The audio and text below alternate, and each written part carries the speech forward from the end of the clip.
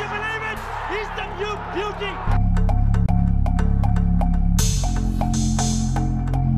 শেষ ওভারে হলো চরম নাটক। মুশফিক হাসানের প্রথম বলে 4 মেরে দেন আরাফাত সানি। এর পরের বলে 2 রান নেন সানি। এতে শেষ 4 বলে 9 রান প্রয়োজন হয় চট্টগ্রামের।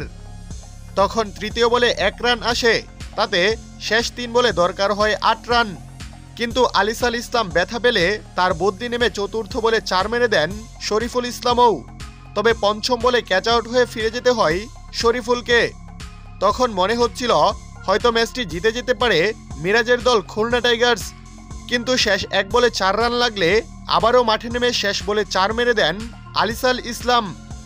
তাতে অবিশ্বাস্য এক জয়ে ফাইনালে পৌঁছে যায় চট্টগ্রাম কিংস। অন্যদিকে স্বপ্ন ভঙ্গ হয় খুলনা টাইগার্সের।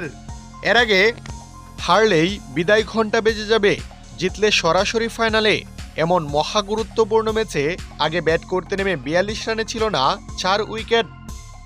রান রেটেও তেমন ভালো ছিল না। খুলনা টাইগার্সের জন্য লড়াকু পুঁজি পাওয়া কঠিন হয়ে গিয়েছিল। কিন্তু মাহেদুল ইসলাম অঙ্কন আর শিমরন হেটমায়ারের দুর্দান্ত ব্যাটিংয়ে বিপদ কাটিয়ে চ্যালেঞ্জিং সংগ্রহই গড়ে ফেলে খুলনা টাইগার্স। বিপিএল এর দ্বিতীয় কোয়ালিফায়ারে মেহেদী হাসান মিরাজের দল 6 উইকেটে তুলেছিল 163 রান। এতে চিটাগাং কিংসকে 164 রানের টার্গেট দেয় মিরাজের দল খুলনা। এরপর ফাইনালে যাওয়ার লক্ষ্যে খেলতে নেমে মাত্র 16 রানেই প্রথম উইকেট হারায় খুলনা টাইগার্স।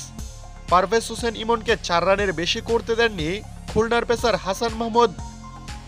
এদিন চরম ব্যর্থ হয়েছেন গ্রাহাম কার্কও, তাকেও ফিরেছেন হাসান মাহমুদ। কিন্তু এরপর অবশ্য দুর্দান্ত এক জুটি গড়েন চিটাগাংয়ের 2 ব্যাটার খাজা নাফে ও হাসান তালাত। এ দুজনের জুটিতে ভর করে জয়ের দিকে এগিয়ে যাচ্ছিল চট্টগ্রাম কিংস। এক পর্যায়ে জয়ের জন্য শেষ 30 বলে 47 রান প্রয়োজন ছিল চিটাগাং কিংসের। তবে খুলনার পেসার মুশফিক হাসান এসে খেলার মোড় ঘুরিয়ে দেন। 1 ওভারেই তুলে নেন টানা 2 উইকেট। এতে শেষ 18 বলে চট্টগ্রামের প্রয়োজন পড়ে 34 রান। তখন হাতে ছিল 3 উইকেট, কিন্তু সেই রান আর নিতে পারেনি স্বীকৃত ব্যাটার না থাকায়। তাতে চট্টগ্রামকে হারিয়ে ফাইনালে পৌঁছে যায় মিরাজের দল খুলনা টাইগার্স। দর্শক, আর অধিনায়ক হিসেবে প্রথমবার দলকে ফাইনালে তুলে উল্লাসে মেতে ওঠেন ক্যাপ্টেন মেহেদী মিরাজ।